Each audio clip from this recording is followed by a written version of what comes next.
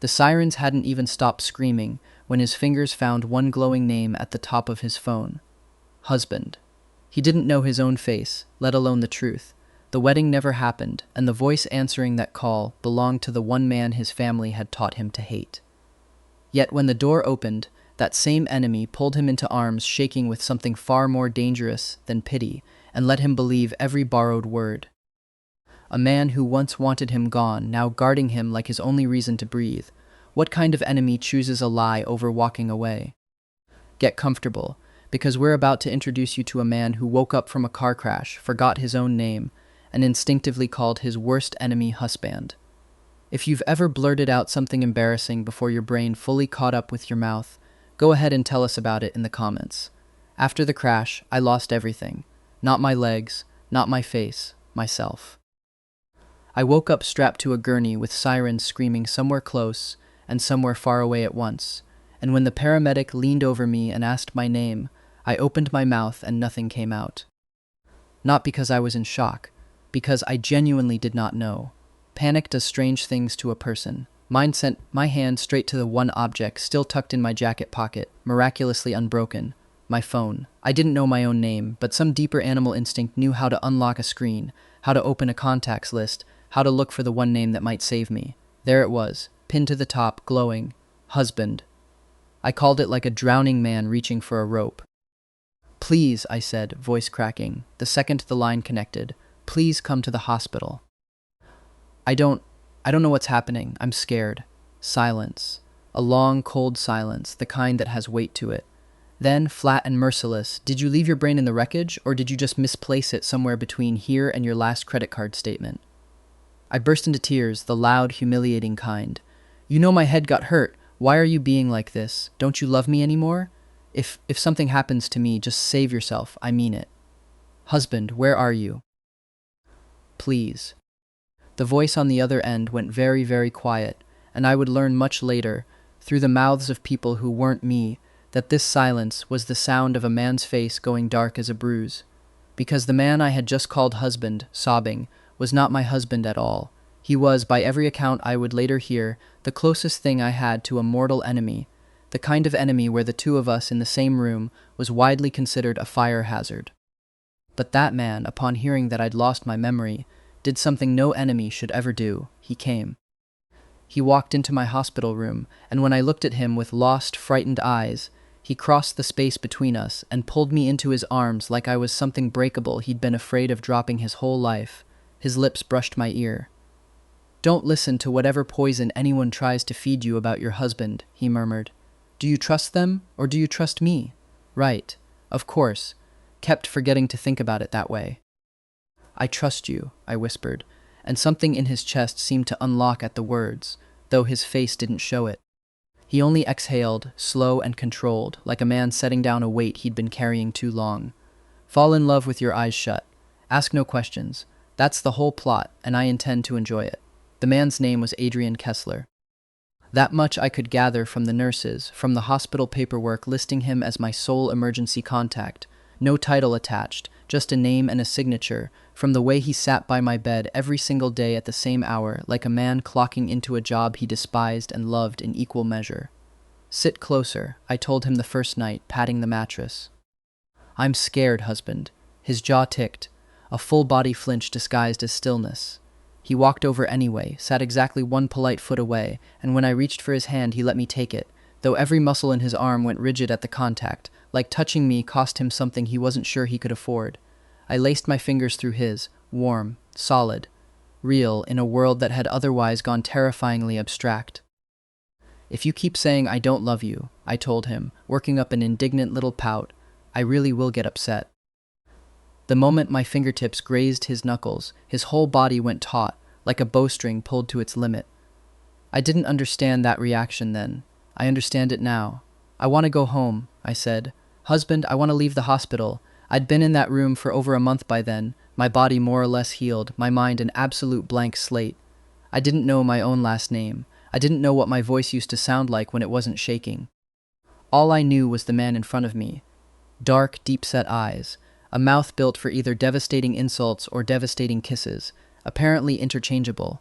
the kind of bone structure that made grief look like a magazine cover. According to my contacts list, according to the engagement photo saved to my camera roll, according to the delivery slips arriving addressed jointly to both our names, this man was my husband. I would learn much later that none of that paperwork had ever been updated, 2 years of silence, and neither of us had found the nerve to erase the other. And more importantly, he was exactly my type. If I'd ever met a man like this with my memory intact, I would have latched onto him and never let go. Since my accident, Adrian visited on a schedule so precise you could set a watch by it, hovering over every conversation I had with my doctors, with the barely suppressed intensity of a man still furious, still dutiful, and still unable to walk away. I decided, with the confidence of the terminally clueless, that we were simply going through a rough patch. Married people fought, it happened, and right now I only had him. "I want to go home," I said again, softer. "Please, Adrian, take me home. I'm scared, and I only want to be with you." His whole body trembled, just once, just barely. I felt it under my palm where I still hadn't let go of his hand.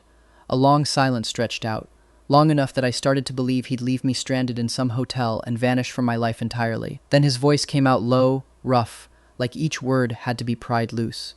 "Fine," he said. "This was your idea. Don't come crying to me later that you regret it." I threw my arms around his neck, delighted.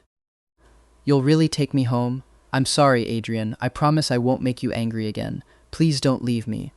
His arm banded around my waist, hot breath against my ear, possessive in a way that should have alarmed me and instead only made me feel safe. "You're not allowed to leave me either," he said. "I won't," I promised, and meant it with the full, uncomplicated sincerity of a man who didn't yet know what he was promising or to whom.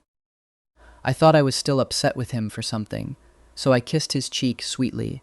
His voice dropped even lower, edged with something I couldn't name yet. "And if you make the same mistake again." I blinked, embarrassed, and buried my face against his shoulder, mumbling into his shirt. Then you can lock me up, or whatever you want. Married people fight, but they make up in bed, don't they? You can't just separate over an argument. Love each other in the light, hate each other in the dark, but never ever leave. That's the secret to staying together." Adrian laughed, a real one, chest shaking under my cheek. "I'll hold you to that. Don't cry about it later." I was smugly convinced I'd just saved our marriage from the edge of a cliff. I had no idea that in his arms, behind that laugh, Adrian Kessler was hiding a darkness so deep it barely had a bottom. The house was enormous, soaring double-height ceilings, minimalist to the point of feeling unfinished, beautiful in the sterile way of a furniture catalog no one actually lived in. I understood, now, exactly how the lonely lead in every drama I'd apparently watched could wander a mansion like this all day and never feel at home. I was fairly sure we'd been separated for a long time. There wasn't a single trace of me anywhere in that house, not a pair of slippers, not a spare toothbrush. Everything belonged to Adrian and Adrian alone. Curiosity nagged at me. What could possibly have made me abandon a man who looked and acted like this to live in that cold, empty apartment I vaguely remembered being driven past? Had we simply stopped doing whatever it was that kept a marriage warm? But I was too afraid of reopening old wounds to ask outright, so instead I tugged gently on his sleeve. "Adrian, can't we just live here? Together, I mean, for real? I don't want to be alone anymore." His expression went complicated in ways I couldn't parse. He said nothing for a long, long time, long enough that I braced myself to be driven straight back to a hotel. Then at last, his voice came out rough, like a man handing down a verdict against his own better judgment. "You said it, not me. Don't come back in a week and tell me you've changed your mind." I threw my arms around him, delighted, and he carried me the rest of the way inside like it was nothing at all. That night, after I'd showered, I found fresh pajamas laid out, brand new slippers by the bed, a toothbrush and a fresh towel in the bathroom, even underwear in exactly my size and style. When I came out, Adrian had showered too, hair still half damp, and every hard, unreadable edge of him had softened into something almost boyish. I found myself staring. Handsome, I thought. I must have lived very, very well before. He caught me staring and looked briefly, uncharacteristically flustered, so I climbed up on the bed and started toweling off his hair for him, instead of making it weird. "We're an old married couple," I told him. "No point being shy now." We turned off the lights. He lay down beside me and immediately rolled to the far edge of the mattress like the space between us was load-bearing. I burrowed in anyway, pressing my face against his back, breathing in the clean, faint scent of him. Adrian? I couldn't see his face in the dark, only felt the tension coiled through his whole frame. I pressed a small kiss to the corner of his jaw. I don't remember anything from before, but if I was ever cruel to you, I'm sorry. From now on, can we stop fighting? Can we just not be apart anymore? I don't remember anything, and it terrifies me. He went rigid, then slowly pulled me in tight and kissed my forehead. Don't be scared, he said, voice gentler than I'd heard it yet. You have a husband. Nothing can touch you, I told him, babbling now, unguarded, that even without my memories, the second I saw him, I wanted to be near him, wanted to hold on to him. That the one thing I was certain of in a life otherwise wiped clean was that I still loved him, that I didn't want to separate, didn't want a divorce, not ever. Somewhere in the middle of that confession, sleep dragged me under. The last thing I heard, right on the edge of consciousness, was Adrian's voice, barely a breath in the dark. You lose your memory, and somehow it feels like a gift from God. A pause. His hand, warm, steady, on my back. Sleep. If this is a dream, I hope I never wake up. We started living, in every real sense, as a married couple. I didn't know who I used to be, but somewhere underneath the blank slate, some quiet part of me was deeply, thoroughly content. Content enough that I found myself in no hurry at all to get my memories back. The problem was, a past doesn't just politely disappear because you'd rather not deal with it. The name flashing on my phone the third time was Miles Thorne. I finally answered. Hello, this is Julian, I said, perfectly polite, the way you'd greet a stranger. A long-suffering sigh crackled through the line. What's wrong with you now? It's been over a month. You're still sulking?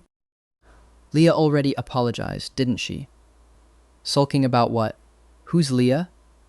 He rattled off a string of names and grievances I couldn't follow, clearly annoyed to be dealing with me at all, more annoyed that he'd waited this long to call, hadn't even known about accident. Whatever history we had, it clearly hadn't been friendly.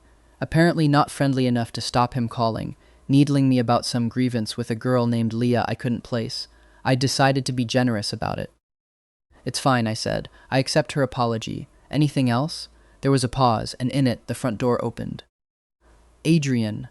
I hung up on Miles mid-sentence without a second thought, already running for the door, and threw my arms around Adrian's neck. By now, he'd gotten thoroughly used to my affection, used to it enough that when the mood struck him, he'd pull back and murmur, half serious, asking if I loved him forever. I was mid-kiss, riding the high of his mouth on mine, when the phone rang again. I silenced it instantly. Someone calling and you're not picking up? Adrian asked. I already talked to him, I said honestly, but the second he opened his mouth he was shouting at me. I didn't like it. Something about a girl named Leah. I don't even know who that is. Adrian's brow drew tight. He took the phone from my hand and looked at the screen. 3 words, Miles Thorne, and his expression darkened several shades further. What's wrong? I asked, suddenly uneasy under the weight of that stare. Adrian, do you know him?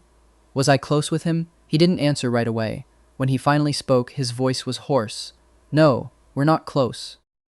You're not close with him. A beat. You're not answering his calls again, ever. There was a contradiction buried in that. Not close, and yet clearly, viscerally hated, but I didn't push. I nodded obediently, took my own phone back and blocked the number on the spot, deleting every trace of him. Adrian went briefly, visibly still, like he hadn't expected me to move that fast. I cupped his face in both hands. There, he can't reach me now. Don't be upset anymore, husband. He picked me up without warning and carried me straight to the bedroom, eyes gone dark and hungry, in a way that still made my breath catch, even though I couldn't have said why exactly. Julian, he said against my throat, voice low, what do you want me to do with you? Whatever words I might have said dissolved into the kiss. I woke the next morning to a phone buried in notifications, dozens of texts from a contact saved as Mara. My father's finally out of prison. Can you believe that old bastard? 3 whole months he had me suffering and you didn't even visit. Then, not one message to me? Are you dead? Call me back. Then, worst of all, don't tell me you're actually living with Adrian Kessler, followed by an entire screen of nothing but question marks. I typed back honestly. Yeah, we're happy. Really happy. Then, because it seemed to fit the tone she'd set, you can save the funeral flowers. Her reply came back instantly. I have no words. We met at a cafe. I didn't remember her face, but the second I saw her, sharp-eyed, gorgeous, ordering hard liquor at 11 in the morning like it was orange juice. Some instinct told me, this is my best friend. I couldn't help but laugh, watching her. You really don't remember me? Mara asked, wounded. I shook my head, apologetic but honest. I'm sure you're a good person, though. And clearly my friend. There's a whole album of photos of us on my phone. Also, a truly staggering number of your makeup-free selfies I've apparently been storing without your knowledge. Delete those, she said flatly then, narrowing her eyes. Why are you living with Adrian? Explain. According to Mara, Adrian and I were never, not for one single day, a happily married couple. We were closer to two rabid animals who happened to be locked together by an engagement contract neither of us had ever quite managed to tear up. He mocked. I raged. We were engaged once, and something had gone catastrophically wrong. Engaged? I repeated. Not married? Who told you married? Mara stared at me like I'd grown a second head. Then, piece by piece, she laid it out. We'd had an arranged engagement, families thrilled, until, inexplicably, publicly, humiliatingly, I bolted from our own engagement party. Both families lost face. My brother was furious. From that day on, Adrian wanted nothing to do with me, except that somehow, whenever we were in the same room, I turned into a lit fuse specifically engineered to provoke him. And then, Mara continued, voice dropping into something closer to disgust, you went and threw yourself at the Thorne family. Miles Thorne. Adrian's family's oldest rival. The name landed like a dropped glass. You swore up and down you didn't actually like him, she said, but the way you chased him, it looked real enough that Leah Thorne walked all over you like a doormat. Remember your father's watch? The one Leah accidentally knocked into the pool at that garden party? You never even made her pay for it. I still want to slap that girl myself. Watching Mara defend me so fiercely, something in my chest ached with an unfamiliar warmth I didn't know quite what to do with. But in her story, I was someone I genuinely didn't want to be. Someone who fled her own engagement in front of 200 guests, humiliated a man's family in public, then ran straight into the arms of his worst enemy just to make a point. Reckless, self-destructive. Cruel, maybe, in the specific way only deeply hurt people manage to be. Before I broke it off, I asked carefully, how are things between us, Adrian and me? Mara thought about it. Not bad, actually. Nowhere close to whatever Cold War you two have now. I turned that over slowly. Something had triggered the break. Something big enough to make me torch an entire engagement rather than sit through it. I just couldn't remember what. Mara caught my silence and her eyes went wide with alarm. Julian, please tell me you don't still have feelings for him. I said nothing, and that, apparently, was answer enough. She grabbed my hand, dead serious now. I don't know why, she said, but before all this you hated that man down to the marrow of your bones. There was a reason, a good one. Don't be an idiot just because the amnesia's convenient. Because the day your memory comes back, I promise you, there'll be no running and no forgiving yourself. When I got home that night, Adrian was sitting on the sofa in the dark, lights off, the whole house holding its breath around him. I froze in the doorway, Mara's warning ringing in my ears, too spooked to step further inside. He didn't turn. His voice, when it came, was flat and quiet in a way that scared me far more than shouting would have. Come here. I didn't move. Don't make me say it twice. I crossed the room on legs that didn't quite feel like mine and let him pull me down into his lap. He stroked my back with one hand, almost tender, and smiled without an ounce of warmth in it. You saw Mara today. What did she tell you? My mind went straight back to her voice, low and urgent. The night you humiliated him at the engagement party, he went to their favorite restaurant and flipped every table in the place. I've never seen a man look that unhinged. If your brother hadn't dragged you both apart, someone would have ended up in the hospital that night. Nothing, I lied. We just talked. About? I told him some of it, the part where Mara said we'd never actually fought, never actually married. Adrian's silence pressed down like a held breath, waiting for the rest. She said, I continued, quieter, that we were never in love, that you were never really my husband and I was never really yours. I pushed lightly against his chest, trying to sit up. We shouldn't be living together like this. I want to go home. The world spun. Before I understood what was happening, my back hit the sofa cushions, Adrian's weight pinning me down, the ceiling light behind his head, throwing his face into shadow so I couldn't read his expression at all. Only hear the low, dangerous edge in his voice. Home? Where, exactly? This is your home. His hand slid up to cradle the back of my neck. firm enough that I couldn't turn away, tilting my face up to his. His mouth crashed down over mine, fierce and consuming, until I could barely breathe around it. "I already forgave you once," he said against my lips. "There's no second time, Julian." His breath scorched against my throat. "You want to tell me I'm not your husband? Show me 1 inch of you I haven't touched, one place I haven't kissed. Who was it, every single night, calling me husband like it was the only word left in your vocabulary? And now you hear 2 sentences from someone else, and you're ready to wipe it all clean." His grip tightened, then, all at once, let go entirely. His voice dropped again, softening into something achingly gentle, lips grazing my trembling mouth. "Don't listen to them," he murmured. "We love each other. I love you, Julian. You love me. You are never allowed to leave me again. Do you hear me?" The tenderness in those words should have soothed me. Instead, something about it landed like a curse whispered from somewhere much darker. I wrapped my arms around him anyway, nodding. "Good boy," Adrian said softly, gathering me close, rubbing slow, soothing circles over my back, utterly unaware that, behind him, hidden against his shoulder, the corner of my mouth had curled up into a very small, very deliberate smile. Because the accident was real, the amnesia was real. But by the second week after I woke up, my memory had already come back, every single piece of it. Adrian had been sitting in the chair by my hospital bed that day, peeling an apple with a knife, face utterly unreadable, when he caught me staring at him with sudden, dawning clarity in my eyes. Something in his stance went instantly wary. He didn't look up, kept his hands moving over the fruit like nothing had changed. I almost cried on the spot. Adrian had never once, in the entire time I'd known him before the accident, touched a single household task. He didn't cook. He definitely didn't peel fruit. And yet here he was, hands steady, carving the apple into the shape of a little rabbit because I liked it that way. Because before I used to make him do it over and over until he got the ears right, complaining the whole time even as he learned. I liked him. He had liked me too once, in his own guarded way. Our families were pleased. Everyone assumed the wedding was a formality. So how had it all gone this wrong? The accident had knocked something loose in more ways than one, and in that half-second of impact, before the world went black, my whole past had played out behind my eyes like a rewound film. The thrill of a stadium crowd roaring. Adrian bending to fasten an earring at my ear with careful, focused hands, the way my whole face had gone hot when the engagement was first announced. And then, at the very end, the private lounge, the night of our engagement party. I remembered standing just outside the door, about to step in, when I heard his closest friend ask, low and teasing, "After all this time, you're really not going to wait any longer?" A long silence. Then Adrian's voice, cold as a closed door. "Wait for what? Celeste's flying home tomorrow, Adrian." The other man had let the sentence trail off unfinished, and the room had gone quiet in a way that told me everything and nothing at once. Celeste Kessler. The name landed like a stone in my stomach. Adrian's foster sister, sickly since childhood, sent abroad years ago for treatment. He'd never once mentioned her to me. I'd assumed, foolishly, that they simply didn't get along.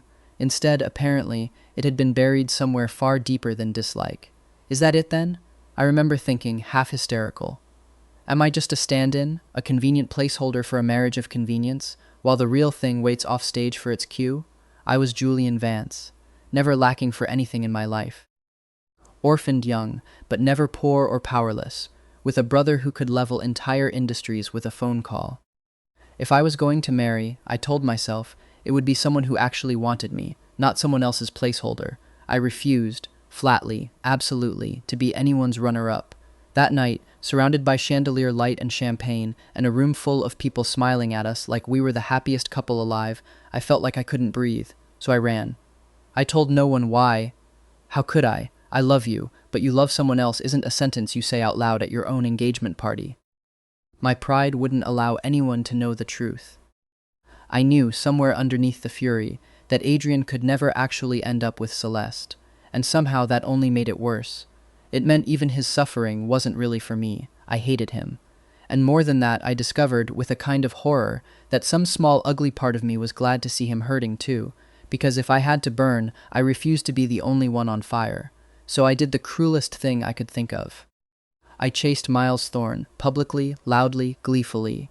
Adrian's family's oldest rival, in every sense of the word, because if I couldn't stand being second best, I would rather be seen choosing someone, anyone, over kneeling for a man who didn't fully choose me back. I didn't want anyone to guess the truth, that the great, cold Adrian Kessler had never really loved me at all.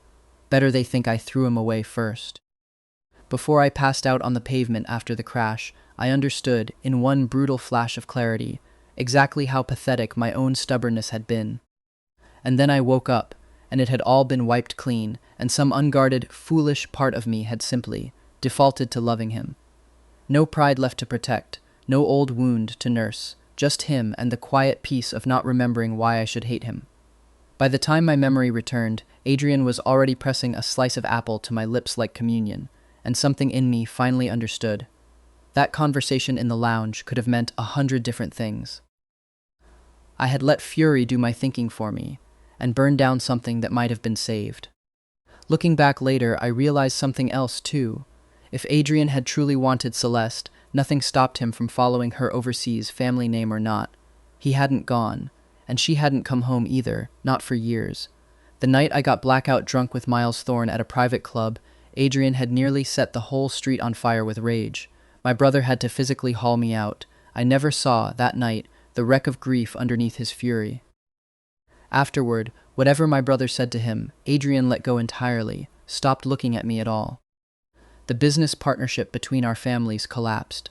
My brother left the country without a word of blame, only a quiet, "Think about what you actually want." I had been wrong. Nothing could undo that, not until the accident undid everything else first. There was one more piece of that night I hadn't let myself remember until much later. Mara, cornering me in the coat closet before I bolted, gripping my wrist hard enough to bruise. "Don't do this," she'd hissed. "Whatever you think you heard, ask him first. You are not the kind of person who runs." I'd shaken her off. I remember thinking, with the particular cruelty of the deeply humiliated, that she couldn't possibly understand, that no one could, that the only dignity left available to me was leaving before anyone had the chance to see me fall apart in public. I hadn't told her the real reason even afterward. She'd pieced together the shape of it herself, over the following weeks, from the wreckage I left scattered across both families, and she'd never once said "I told you so," not even when she had every right to. That, I understood now, was its own kind of loyalty, the kind that stays quiet and simply keeps showing up. The next morning, rare as a solar eclipse, Adrian skipped work entirely. He sat at the edge of the bed for a long time, just watching me sleep, and when my eyes finally opened, he leaned down and kissed me before I'd even had the chance to say good morning. "Ugh, I haven't brushed my teeth," I mumbled against his mouth, swatting weakly at his shoulder. He caught my wrist instead, pulling me down flat beside him. "Feeling any better?" he asked. "I got carried away last night." Carried away turned out to be an understatement so severe it was almost funny. My whole body ached like I'd been run over twice. He'd held me through the night, extracting promise after murmured promise that I'd never leave, never provoke him again, until dawn finally softened him enough to let me sleep. I bit down hard on his shoulder in retaliation, more out of principle than actual anger, and he only laughed, letting me flail, eyes warm with something dangerously close to adoration. "What do you even call me?" he asked, amused, "when I do that?" "Husband," I said automatically, then paused. "Why no reason?" A beat. "I want to see Miles Thorne." "Absolutely not," he said instantly. No hesitation at all. I bristled. Was Mara right after all? Was he really just trying to keep the two of us apart out of pure jealousy? "Why not?" His eyes slid open, lazy and unreadable. "What did Mara say?" "That Miles and I fell for each other the second we met. That you're the one standing between two people who actually belong together." He pinched my cheek, sharp enough to sting. "Don't repeat nonsense like that." He absolutely forbade any contact with Miles Thorne. Wouldn't even let me text Mara without commenting on it. I could have sworn to him, on anything, that I'd never so much as held Miles Thorne's hand with real feeling behind it. But how do you convince a man who's already decided the worst about you? I thought it over and landed on the only plan I had. Fake a slow memory recovery, then confess the whole ugly truth to him myself, piece by piece, before he burned the house down from suspicion alone. So I picked a bright, ordinary afternoon, booked a private room at a restaurant Mara recommended, and just in case things went badly, reserved a suite with a hot spring bath upstairs. Worst case, I figured, married couples make up behind closed doors. Whatever fight was coming, we'd survive it. Naturally, the second we walked in, We ran straight into Miles Thorne and his sister Leah. "Please don't see me, please don't see me," I silently chanted, already turning to leave, when Leah's voice sliced across the lobby, sharp and delighted. "Julian!" Leah Thorne had never once, in whatever history I couldn't quite remember, shown me the slightest respect, and clearly saw no reason to start now. I'd spent months being patient with her for Miles' sake, biting my tongue instead of fighting back. "I told you," Leah said, arms crossed, eyes sweeping me up and down before flicking dismissively toward Adrian. "Some people just don't know how to stop clinging." "No wonder he doesn't answer your calls anymore, Adrian. He's finally slinking back to graze on greener pastures. Is that it?" I raised an eyebrow at her. "Did you skip brushing your teeth this morning? You're awfully committed to that smell coming out of your mouth." Leah's jaw dropped, clearly not expecting pushback. Her face twisted with outrage. "I said it before, you're not worth anything decent. Clinging to my brother while he covers for you, and the whole Vance family looking the other way." She didn't get to finish. Adrian stepped forward, expression gone utterly blank in a way that was somehow far more frightening than anger, and the temperature of the whole lobby seemed to drop. "Covers for what, exactly?" His voice alone made Leah's throat close up, but Miles cut in first, all silk and false warmth, ignoring Adrian entirely. "Julian. He said my name like an apology already accepted. I know you don't remember, it's fine. Take your time, come with me, I'll help you catch up." The sheer entitlement in his tone made Adrian actually laugh, one short, ugly bark of a sound. "You'll help him, and what exactly qualifies you for that?" I shook my head and stepped behind Adrian, deliberately, publicly. It seemed to satisfy him more than anything I could have said. Some of the killing frost in his posture eased, just slightly, but Miles wasn't finished. "Julian," he said, voice dropping into something intimate, performative. "Have you really forgotten saying you'd only ever love me, not for one lifetime, but for all of them?" I nearly choked on my own breath. I had absolutely no memory of ever uttering a single word that theatrical to him or anyone. My hand, the one Adrian had been holding, was suddenly crushed in his grip, hard enough to make me gasp. Whatever composure had been left on his face was gone now, entirely. Miles pressed on, savoring it. "We watched the sunrise together on the ridge, don't you remember? The hot springs after? You told me you couldn't stand the thought of Adrian, that the engagement was only ever about the company, that you couldn't imagine spending your whole life beside him. That's why you ran. Have you really forgotten all of it?" I stared at him, stunned by the sheer casual audacity of the lie, his face lit up with something close to glee at his own performance. "We were never really apart," he said, softer now, deadlier. Then, delivering the final blow with the precision of a man who'd rehearsed it, "If you still don't believe me, there's a small mark, shaped like a butterfly, on your shoulder blade. Isn't there?" My blood went cold. "How does he know that?" Adrian's grip on my hand went slack entirely. He looked down, and I couldn't read a single thing in his face. Miles smiled like he'd already won. "I'm not lying to you, Julian. I'm the one who actually belongs with you. Come with me." My heart dropped straight through the floor. Miles Thorne had always been Adrian's most bitter rival, the entire reason I'd once run to him in the first place. In every way that mattered, looks, family, ambition, Miles had spent his whole life losing to Adrian, except in this one arena, where he'd found Adrian's single exposed nerve and dug his fingers straight into it. He was mixing just enough truth into the lie to make it land. I had gone hiking with him once, on a work trip, a full delegation, out at dawn and back by night, nothing resembling a romantic sunrise in sight. I had never once told him a single thing about Adrian, good or bad. The birthmark was real, but hardly a secret. Anyone who spent 5 minutes around me with my shoulder exposed could have spotted it. What mattered, the only thing that actually mattered, was that Miles had said it in exactly the tone of a man who knew my body intimately, and it landed, dead center, straight through Adrian's heart. He'd won. Leah stood a little behind her brother, arms crossed, watching the performance with the satisfied stillness of someone who'd helped write the script. Not surprise, not even real enjoyment, just tired, practiced satisfaction, like a stagehand checking a cue had landed on time. Whatever this was, the two of them had planned it together and planned it well. "Adrian." My voice cracked on his name. "Say something." "Please." He didn't. He simply took my arm, not gently, and steered me toward the door without another word to either Thorne's sibling, his silence so total it felt louder than shouting. Behind us, Miles called out something I didn't catch, and Leah laughed, low and pleased with herself, the sound following us all the way out to the car. The car screamed down the road, engine roaring. I fumbled for my seatbelt, twisting toward Adrian in a panic. "He's lying," I said, words tripping over each other. "He's trying to tear us apart." "Husband, don't believe him. Whatever happened between us before, if there was ever anything, it was only ever me trying to make you jealous, trying to hurt you back. I don't feel anything for him. I never did." My voice cracked. "I don't even remember him. I know I'm sorry, husband." The word tasted like a plea now instead of a claim. The more I explained, the worse it sounded, tangled and desperate, digging the hole deeper with every sentence. Adrian's silence stretched out, dead and total, and my heart pounded so hard it hurt. I was terrified of losing him again, terrified of making one more unforgivable mistake with no chance left to fix it. The speed of the car dragged me straight back to the accident, and tears spilled over before I could stop them. "Adrian, slow down. Please, I'm scared." He slammed the brakes instead. My whole body pitched forward against the belt, then snapped back. My ears rang.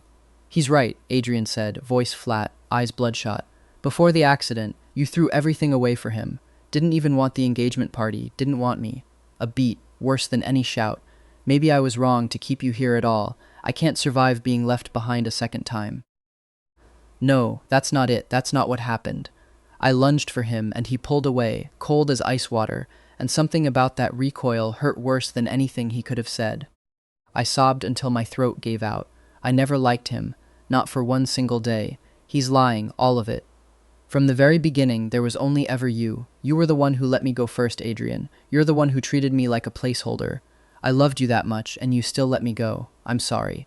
Husband, please, hold me. There's only ever been you. There will only ever be you. Adrian glanced down at me, expression carved out of stone. "Is that so?" His voice was terrifyingly even. "Then prove it to me." I sobbed the whole way there, mascara running, hands shaking too hard to properly work the door code at first. When it finally clicked open, I dragged him inside by the wrist. "Miles said I used to live with him," I said, breathless. "That's not true. Look, everything here is mine, all of it. He's never once set foot past this door." Adrian's gaze drifted, half distracted, until it landed on the tall built-in cabinet in the bedroom, and that? I froze. My hand shot out to block it before I'd even fully processed the impulse. His eyebrow lifted. "Why not let me see?" "It's nothing," I stammered. "Nothing important, really. Fine, then." He pulled his hand back, stepping away with an air of wounded disappointment so convincing I nearly believed it. I panicked, grabbing his arm, dragging him back to yank the cabinet open myself before he could actually leave. Inside, rows of unopened gift boxes, meticulously labeled and sorted, every single one addressed to a man's name. His name. Adrian looked at the display, then at me, one eyebrow raised. Who were these for? The humiliation of being caught out this thoroughly closed my throat entirely.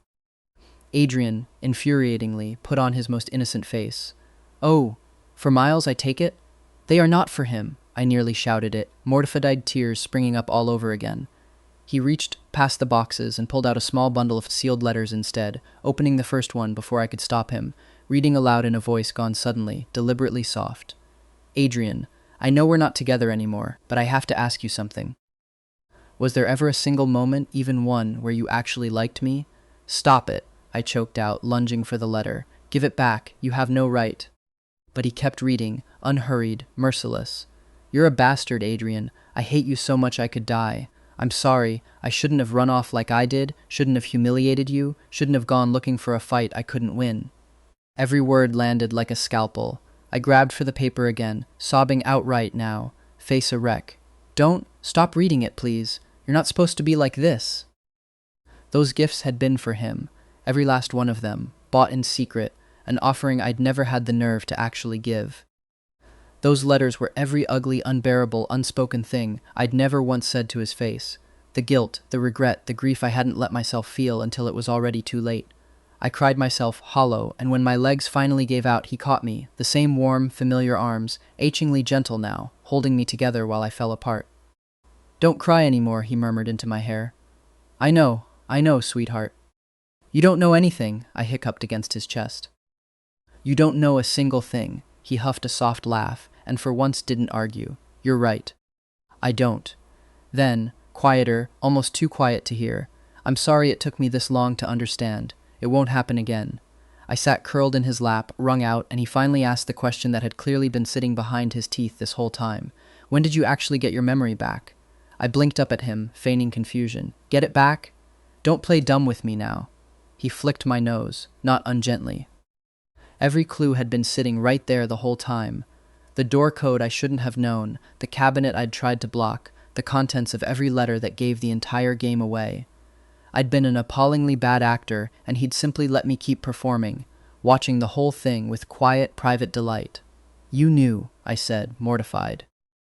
The whole time, pretending to be furious in the car, threatening to leave me. That was all just to shake the truth out of me? I couldn't decide whether to be angrier at him or at myself for falling for it so completely. He wouldn't confirm it outright, only murmured, low and rough, if I hadn't, when exactly would I have gotten to walk back into this apartment and reclaim my own gifts, husband? The word landed and my whole face went hot. I swung a hand at his shoulder in outrage. You absolute bastard, Adrian Kessler. He caught the blow easily, pulled me down until our foreheads nearly touched, voice dropping into something graver. I'm furious at Miles Thorne.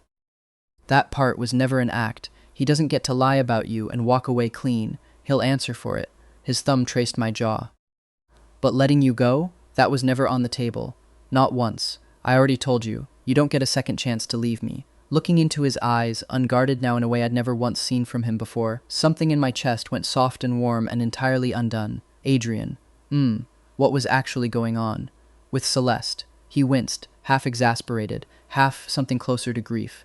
Isn't it obvious by now? A beat. That night my friend was asking me about a completely different matter. Celeste flying home had nothing to do with any of it. I hadn't even thought about her in months. Waiting, that word was never about her. It was you, Julian. I was terrified you'd think I only wanted the marriage because it was arranged, that you'd feel cornered into it, so I never said anything. And then you ran, and it looked exactly like proof that I'd been right to be afraid, that you'd never wanted this at all. I listened, half guilty, half atching, some old ugly knot in my chest finally starting to loosen. As for Celeste, he continued, mouth twisting. She really is my family's foster daughter. She really did care about me once, in her own way. She's always been sickly. The treatment abroad was real.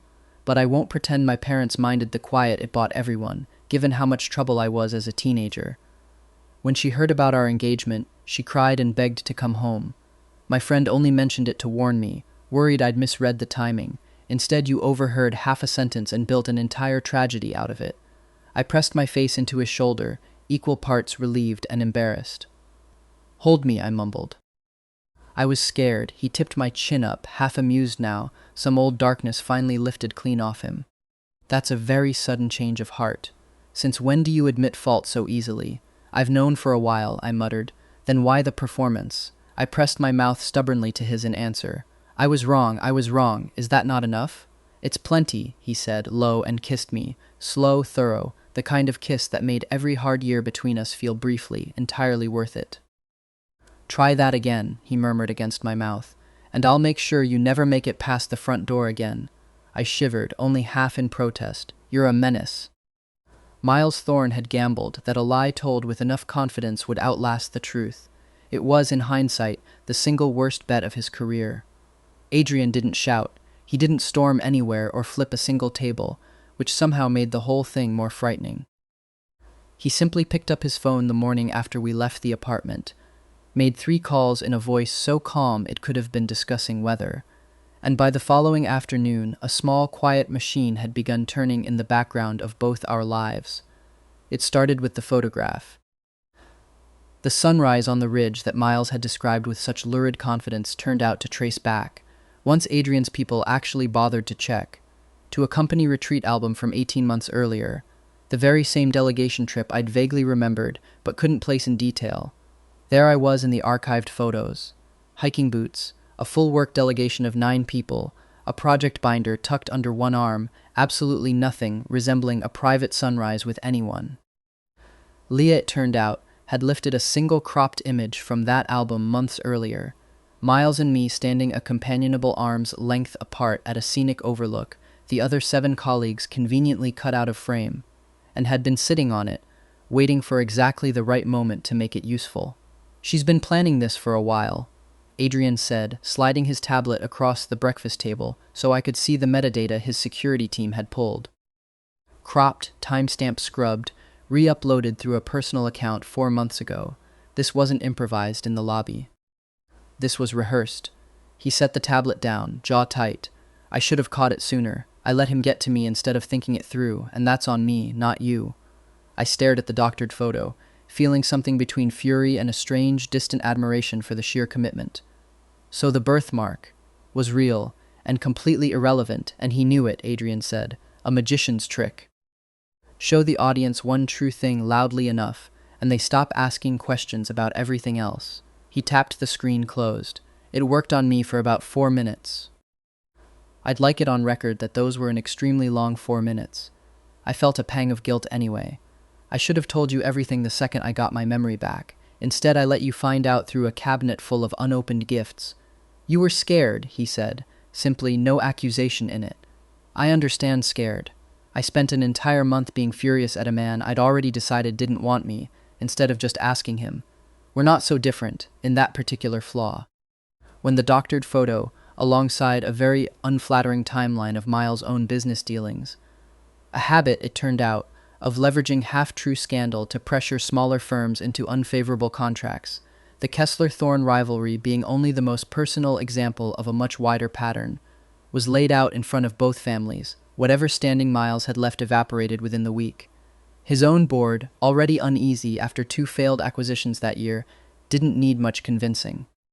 Leah, for her part, discovered that doctoring photographs out of spite was the kind of hobby that made prospective in-laws suddenly interested in someone else's daughter instead. I won't pretend I felt sorry for either of them.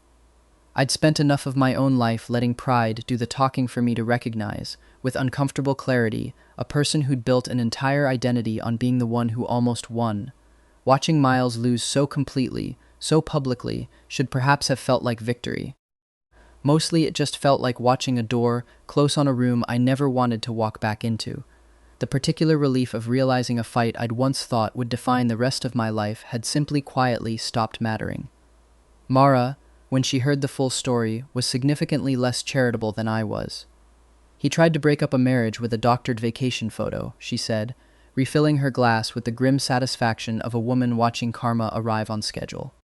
The audacity. I almost respect the commitment, if it weren't attached to someone so profoundly stupid. You're supposed to be comforting me, Sa said. I am comforting you. This is what comfort looks like when the villain loses. Drink your tea and let me enjoy this. Even Theo, who had every reason to still be furious with me over the collapsed business partnership, seemed to find some grim satisfaction in the Thorne family's unraveling. Serves them right, he said over the phone, when I finally worked up the nerve to apologize for the mess I'd caused 2 years earlier, my voice small in a way it hadn't been in years. Though for the record, I was never actually angry at you for running. I was angry that you didn't trust me enough to tell me why. That landed harder than any lecture could have. I didn't think anyone could fix it, I admitted. I thought the only options were marry him and pretend, or humiliate everyone by admitting the truth. There was a third option, Theo said, not unkindly.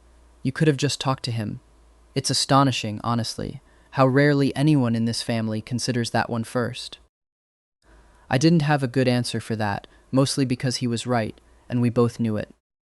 It was, I thought later, a strangely gentle thing for him to say, coming from the one person who'd had every right to stay angry the longest. My brother Theo had called the second word of the accident reached him, frantic from another continent, furious that no one had told him sooner. But it took several more weeks, and, by his own irritated account, an unbearable stack of contract negotiations he refused to delegate, before he actually flew back to see the two of us in person. When he finally did, he arrived at the house unannounced, took one look at the two of us curled together on the sofa like nothing at all had ever gone wrong between our families, and set his jaw in a way I recognized instantly as we are going to have a very long conversation. He got his meeting. I was pointedly not invited.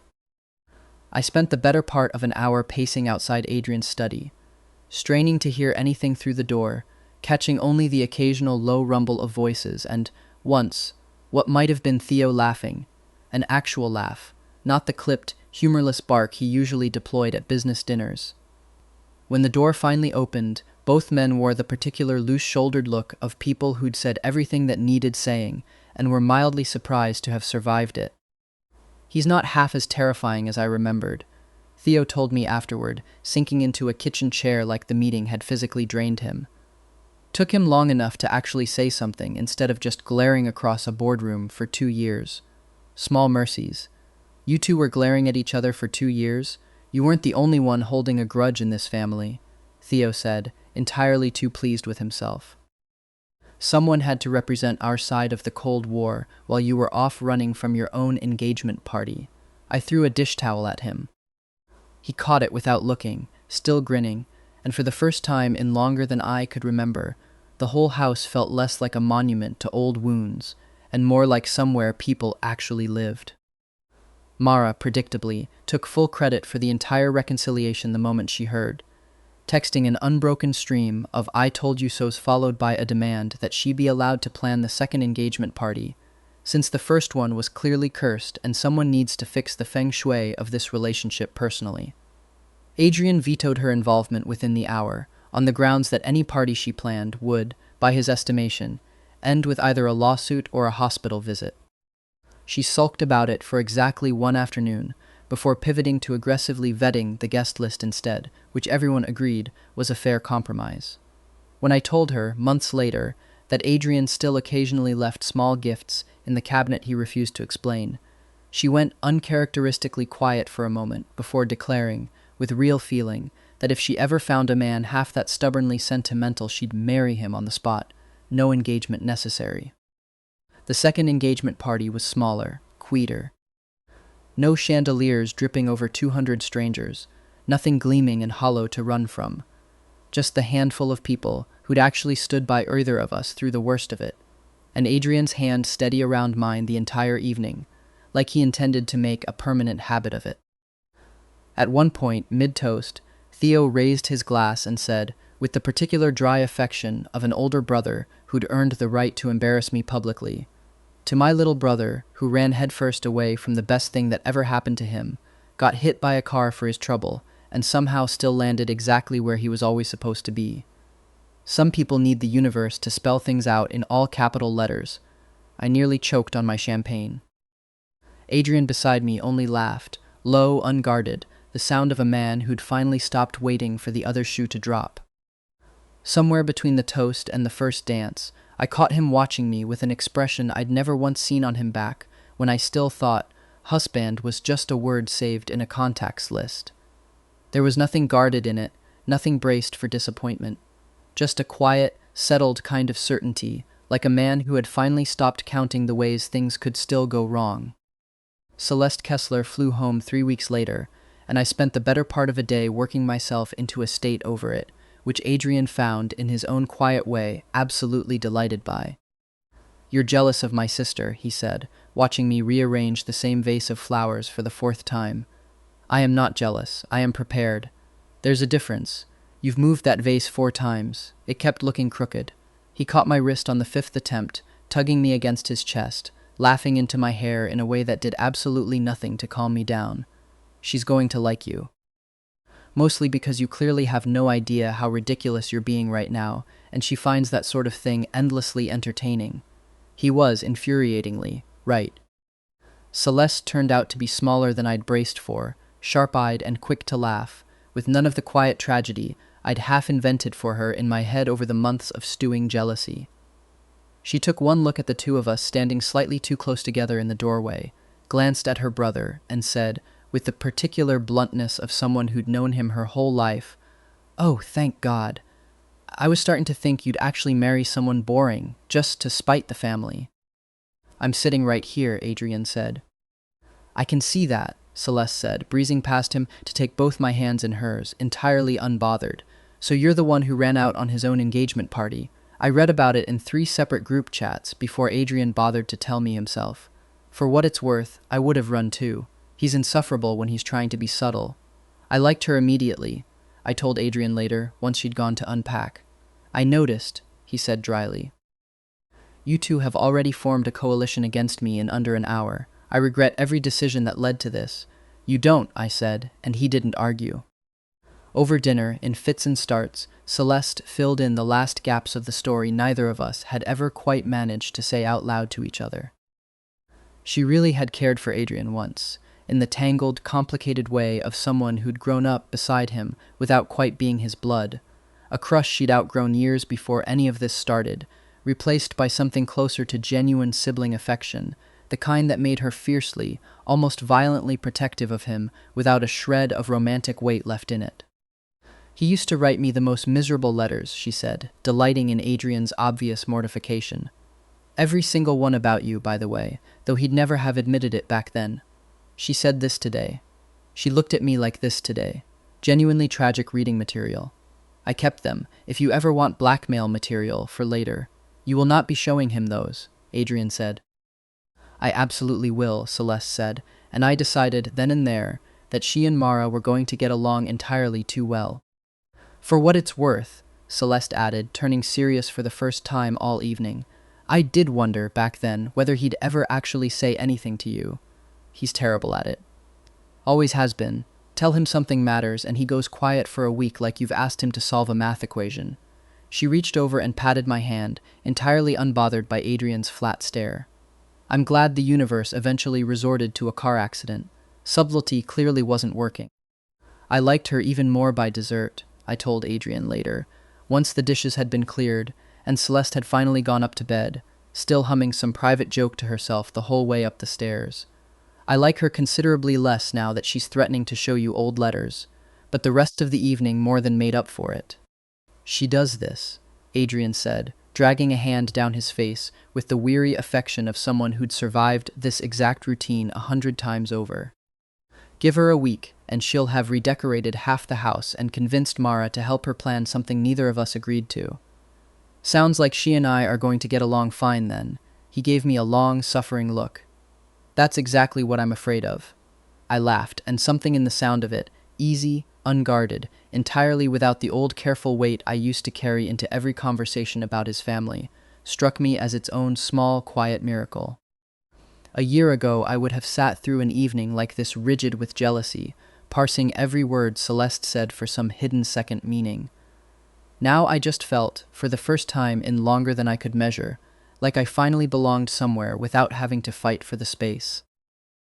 A year later, on an ordinary Tuesday that had no business feeling as significant as it did, I found myself standing in the kitchen watching Adrian attempt, with grim determination and a paring knife, to carve an apple into the shape of a rabbit. He'd gotten considerably better at it since the hospital. The ears no longer looked like they'd been mauled by something, but he still approached the task with the same furrowed, deadly serious concentration of a man defusing a bomb. You know, I said, leaning against the counter, you could just cut it into slices like a normal person. You specifically requested the rabbit. I was being sentimental. I didn't think you'd actually keep doing it. He didn't look up from the apple, but the corner of his mouth curved anyway. I keep a lot of things going that I never mention out loud. You'd know that if you paid closer attention. I thought about all of it, then, the phone call from a hospital bed to a number saved as husband, the empty apartment with no trace of me in it, the cabinet full of unopened gifts, the letters I'd never meant for him to read, all the ways we'd both spent years being far too proud to simply say the truth out loud until a car accident had to do it for us. The cabinet itself had moved with us, eventually, Adrian's idea, not mine, delivered with the same deadpan insistence he brought to everything he refused to explain outright. It stood now in the corner of our bedroom, mostly empty these days, though every so often I still found some small, deliberately unnecessary gift tucked inside it. A book he knew I'd already read, a scarf in a color he claimed not to remember I liked. When I asked him about it once, he only shrugged, unbothered. Old habits, he said. You're not the only one who's bad at saying things out loud first. I hadn't pushed further. Some habits, I'd decided, were worth letting two stubborn people keep. Adrian. I remember everything now, all of it, the good and the genuinely humiliating. He finally looked up, knife still in hand, something unguarded and warm settling over his face. The same look I'd first mistaken, back in that hospital room, for nothing more than a man performing dutiful concern. I knew better now. I'd known better for a while. And, he asked, And I'd still call you the same thing, I said. Every single time. He set the knife down, crossed the kitchen in 3 unhurried steps, and tipped my chin up with one flour-dusted hand. Say it then. Husband, I said, and this time the way I always meant to, without a single lie hiding underneath it. My husband. He kissed me like he intended to make sure I never forgot the word again. Not the accident, not the amnesia, not 2 years of pride standing squarely in both our ways. Just this. Just us, finally, plainly, on purpose. And this time, when he pulled back, neither of us reached for a single old wound to hide behind. If this story pulled at something in you, don't scroll past it in silence. Tell us in the comments which moment hit you the hardest. Hit like, subscribe, and turn on notifications so you never miss the next story we bring to life. Thank you for staying until the very end. It genuinely means more than you know.